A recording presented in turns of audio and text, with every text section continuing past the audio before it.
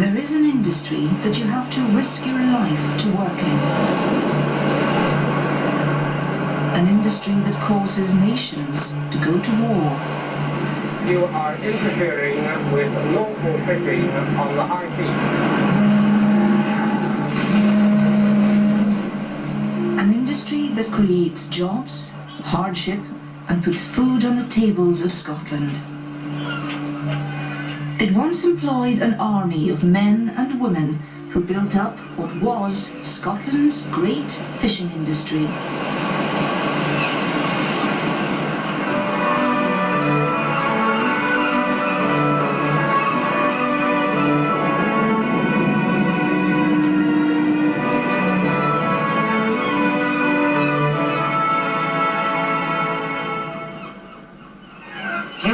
Begin their working life without visions of the future. And when that future lies in Scotland's fisheries, their thoughts naturally take them to the sea. A hard life to look forward to, but with hardy men to live in. Scottish fishermen have always harvested seas which continue to challenge the most experienced seafarers. We became the envy of Europe with an industry of spectacular highs, but these were often balanced by terrible lows.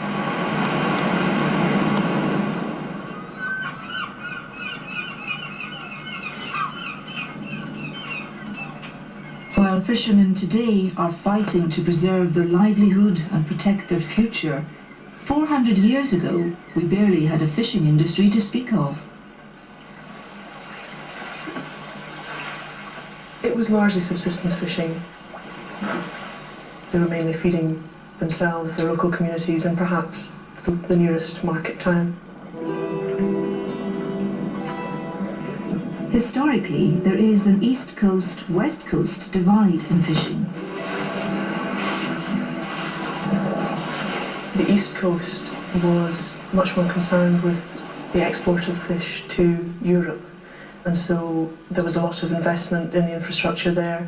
There was much larger centres of population there to provide a market for the fish. In the West Coast, it tended to be more concentrated on inshore fishing in the sheltered waters around there. Typical coastline of the West, with almost every inlet housing its croft of fishers. Hardy, earnest folk who in their persistent courage symbolise Scottish fisheries. The West Coast has always been noted for its shellfish. Though it's now a successful luxury product, in the days of subsistence fishing, this catch was a necessity. Shellfish were really food of the poor, and that's because they were probably the easiest fish to catch.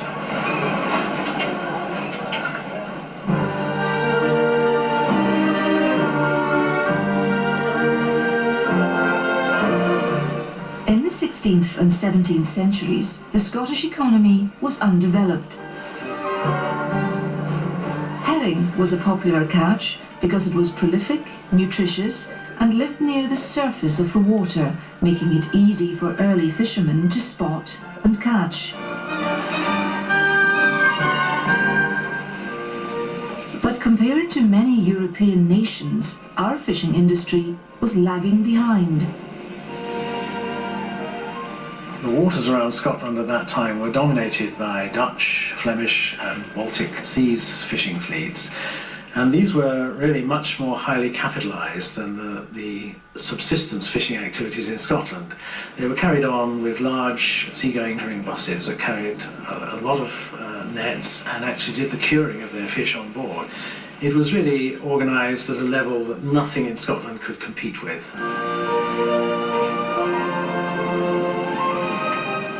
Scotland had had enough of the Dutch sending over 2,000 boats to the British coastline, and in 1609, James VI of Scotland forbade foreigners from fishing off the British coast without a licence.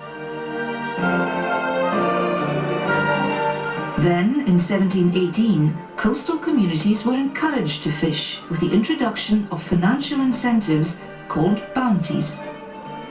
First of all, they had to do one thing, which was to try and increase the size and scale of the Scottish fishing effort. And they did this by introducing bounties, initially for the building of boats, but also for the catch of herring. Later, of course, the government also introduced quality control measures, and I think that was the most effective thing of all, in fact, the Crown brand.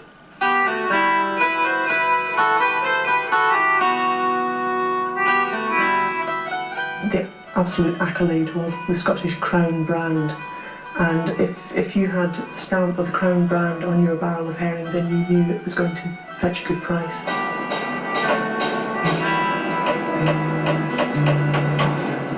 To obtain the Crown brand, herring had to be packed into 32-gallon barrels with plenty of salt.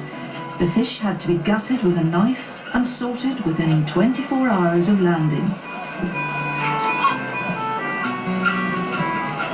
This very high quality product was much in demand all over Europe and also in the New World. Part of the incentive to build up a British fishing industry generally was to supply the plantations in the Caribbean and the New World.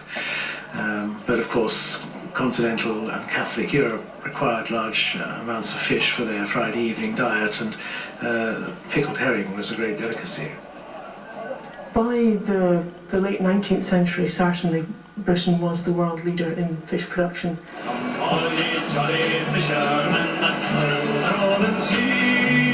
Scotland's fishing industry was on the up and up.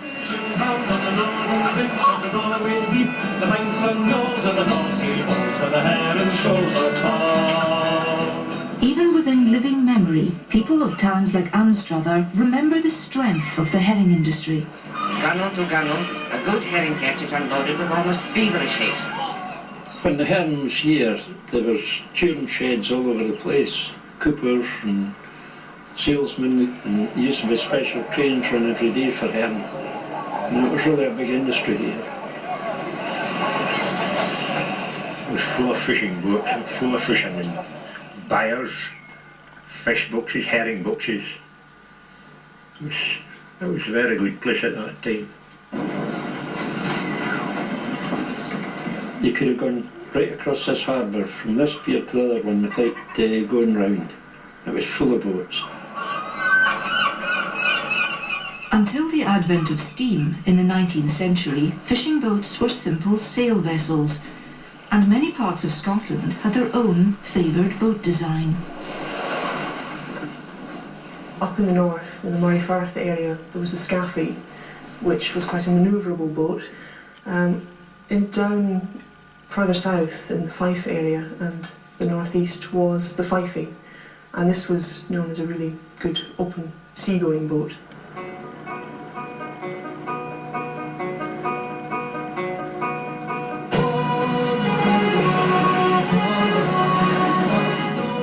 Now the men of Anstruther keep the past alive, restoring a Fifey called the Reaper.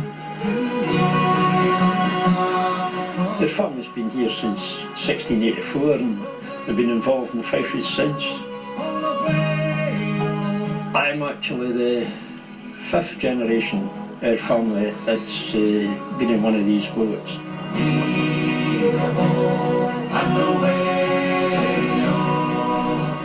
Like us, it's retired. We need the Reaper as much as she needs us.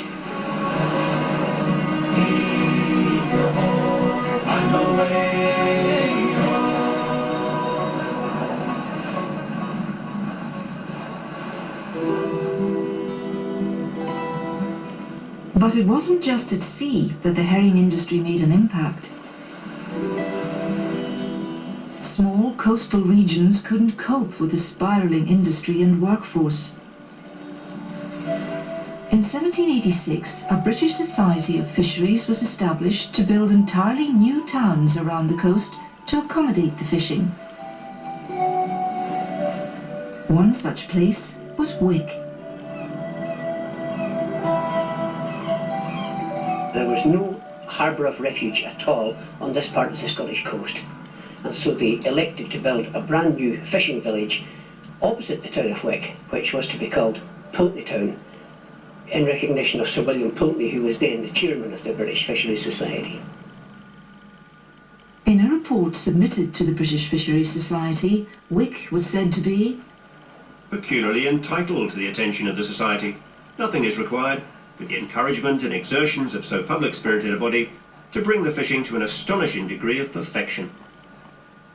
Herring was the biggest thing ever to happen to this area.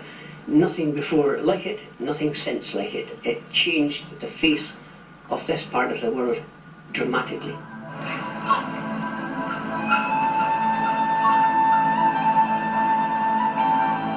It was all fishing, nothing else but fishing, and everything connected with the fishing.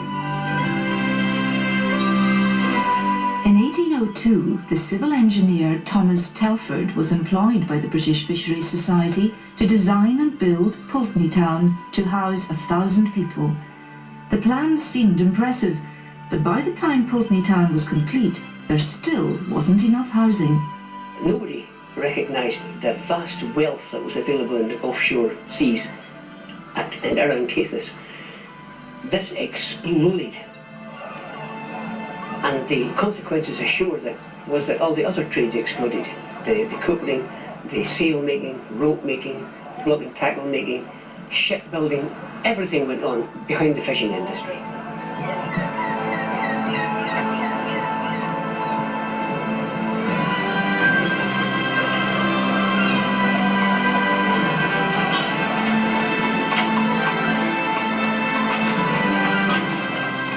They came from all over Europe. They came from the Western Isles. From the west coast of Scotland, they would walk to Wick to work at the herring industry. It would be nothing to hear maybe 10 different languages on the streets of Wick at the peak of the fishing. They came from everywhere.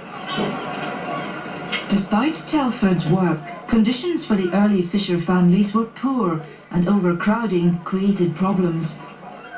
Conditions were nothing more or less than appalling compared with today's standards. You had an incoming population of anything between 8 and 10,000 people, and they all had to find somewhere to live. The local minister in 1845 was unimpressed with the state in which the herring left the town, lamenting on The very filthy state of the houses, shores and streets, with putrescent effluvia steaming up from the fish offals lying everywhere.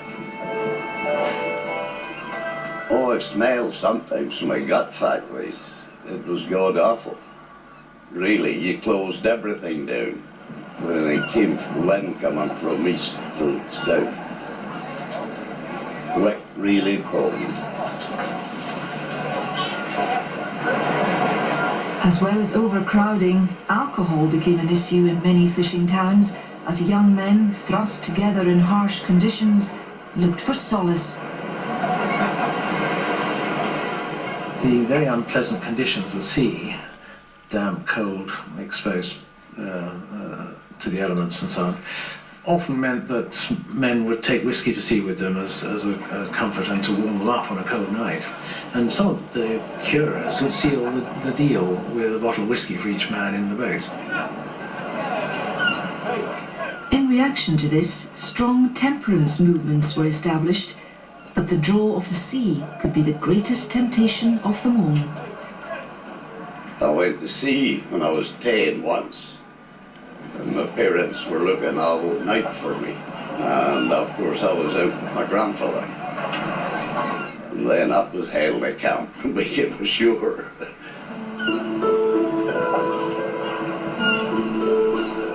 Telford designed many other harbours, including Tobermory, Ullapool and Loch Bay, to accommodate this developing industry. And with a move from sailboats to steam drifters, even more fish could be caught. With this industry came one of the biggest mobile workforces the world has ever known, the herring girls.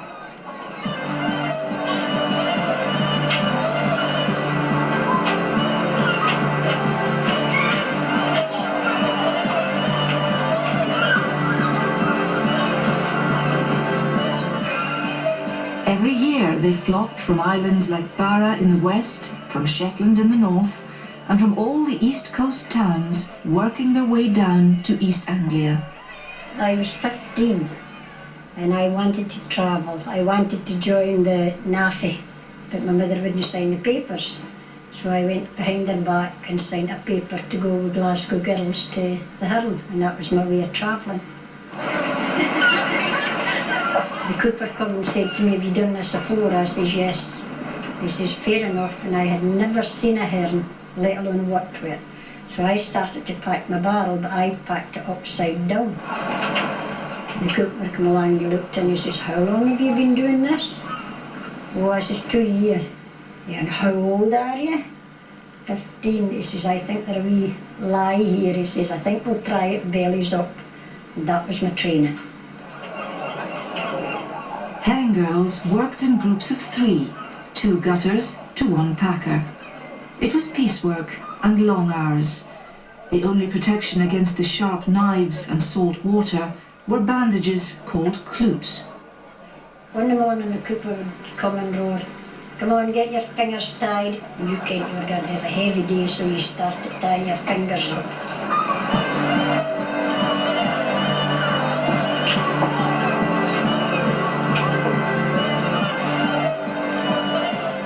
Even when you went home at night, there was no such a thing as a bath or a shower.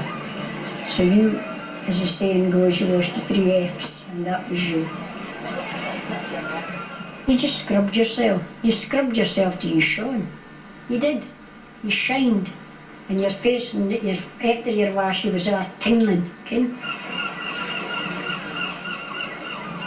These women, by comparison with another artisan community, they travelled hundreds of miles. They lived in a strange place with lots of young men around and away from parental control and influence and ministerial control and influence too.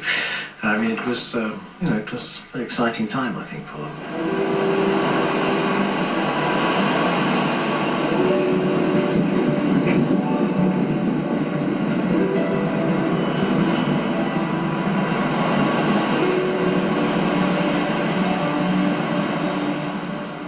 In a few hundred years, Scotland had built up its fishery from basic subsistence fishing to become the envy of Europe, largely pushing foreign fleets out of its waters. With the silver darlings, it dominated international fish exports. But global events were to shake this export market to its core.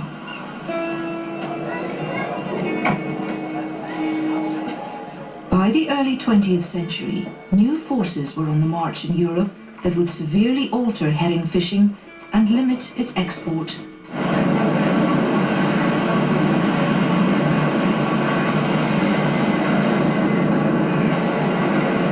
The big death knell for the herring industry was the First World War, mainly because it completely closed off the markets. The First World War, of course, played a role in that it became a dangerous activity to fish, and also a large number of fishing vessels were taken up for Admiralty service. The herring markets never fully recovered from the war, and many fishermen turned to a new deep water catch. Hundreds of them now fish off the coast, seaming for whitefish, a method of comparatively recent but successful growth in Scottish waters. The taste for herring really died out, and fish and chips became the new in thing. Fish and chips became the new food of the masses. Sir Winston Churchill called them the good companion. Certainly no other food has won such a special place in the British way of life. Unlike herring, whitefish was a fresh product, so it needed to be moved quickly from harbour to market. Towns with good transport links like Peterhead came to dominate the fishing industry. But it didn't take long for European politics to interfere again. Conveyor belt supply of fish may shrink to a trickle if British trawlers are kept outside Iceland's 12-mile limit. That's the grim prospect facing the great fishing industry and millions of housewives. From the 50s to the 70s, 3 Cod Wars erupted between Iceland and the UK, as Reykjavik progressively extended its fishing rights up to 200 miles to protect its fish from foreign fleets. The town's 70,000 people well know that 12 miles away from their coastlines there are comparatively few fish. If they can keep us outside that limit, they'll get all the big catches themselves. It all came to a head in 1975.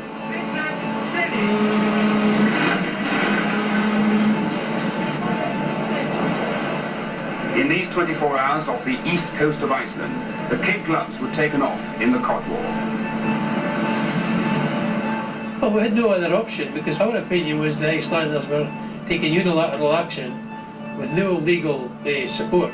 So we thought, well, we'll just carry on fishing until they do get legal support. Thor, under her commander Helgi Halvardsson, has the reputation of being the most aggressive of the Icelandic gunboats.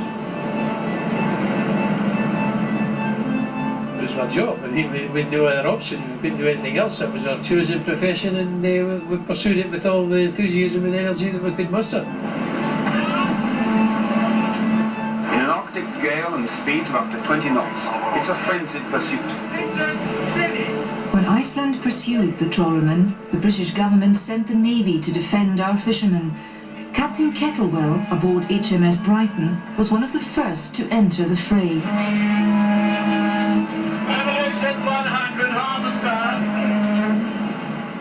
Our role was to make it quite clear to the Icelandic gunboats, if we could, that we weren't going to have any of this nonsense.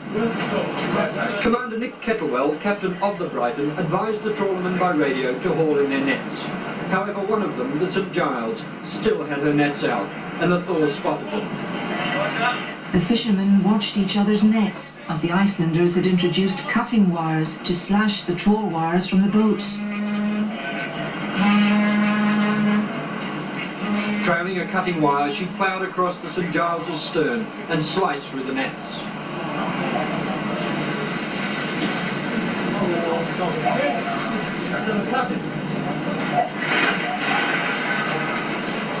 If they cut that whale, that was you. You know, thousands of pounds worth of fishing equipment left lying in the seabed, lost. Already the Thor has cut the wires of one trawler, but she's been caught out. The Thor is now being squeezed like a lemon by naval ships and blinded by their searchlights. Get over there and point straight at them. The trawlermen were grateful for naval intervention and protection. What's your name, Commander? You'll survive for the hero, I'll tell you. The captain's name's the Commander Kettlewell. Well, he's right top of my infrared, I'll tell you. As the fishermen protected their nets, the Navy got on with the dirty business.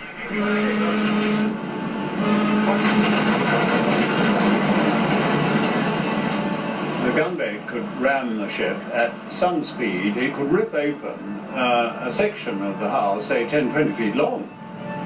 Repair teams were ordered forward to ensure that the command frigate of the British Defence Force could remain on station. They never ran me, because I don't think they ever wondered what I was due to them if they did.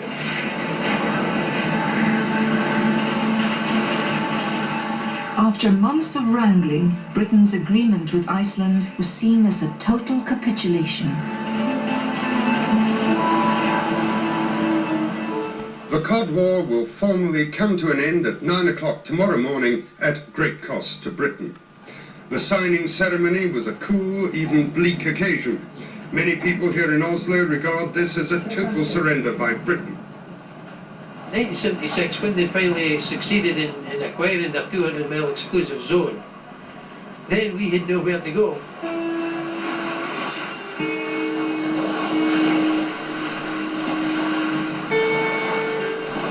Was a matter of a political negotiation and not the Navy trying to fight off gunboats.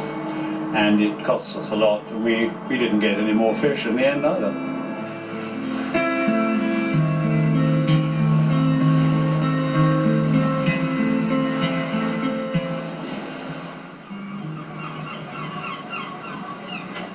The fight for compensation for the trawlermen goes on, and many boat owners opted to take up government grants to scrap their vessels.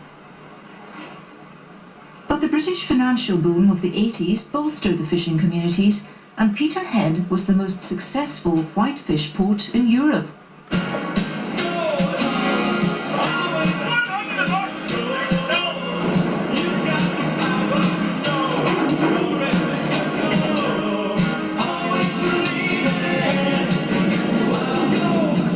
money was no object, I don't think. You know, there was people having more holidays. On a social aspect, the social aspect of things was brighter than what they are now. This was a hive activity then because, well, the fish were all round the quays in Peterhead. The fishermen of Peterhead, home of half the Scottish fishing fleet, are preparing for a bumper Christmas following a year of record prices and record catches. Sales at Peterhead in the past year set a new record, over £70 million. The fishermen's spending power has brought a Christmas bonanza to the local shops. Even the youngest deckhands can earn nearly $20,000 a year. Typical customer's a guy, 17, hasn't even passed his driving test, comes in, buys a high performance X on a 2, X on a 3, pays out £11,000 cash. I would say it put a buzz back into our communities. The whole community was buzzing on this injection of income.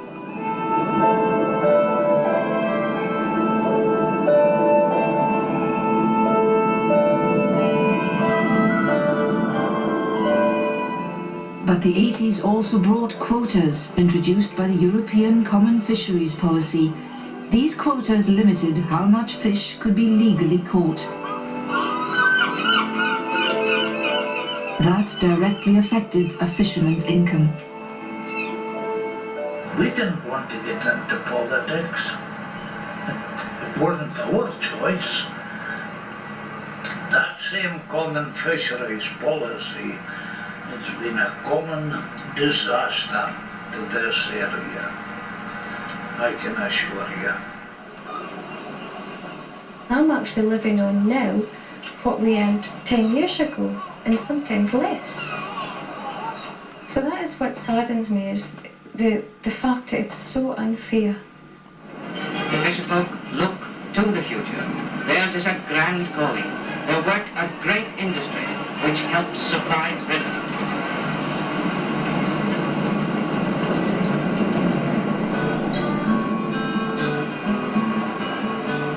While some sectors of the fishing industry are doing well, on the whole, an industry that's used to confronting challenging circumstances is facing decline. Men are now leaving the industry in unprecedented numbers. Some people fear their skills will never be built up again. It's like a calling to go to it, nothing else. When you're at it, you're cursing it, and worse than you were 1,000 miles away. And when you are 1,000 miles away, you want them back. It takes a hold on people, but you just got to go. And as they say, that's life.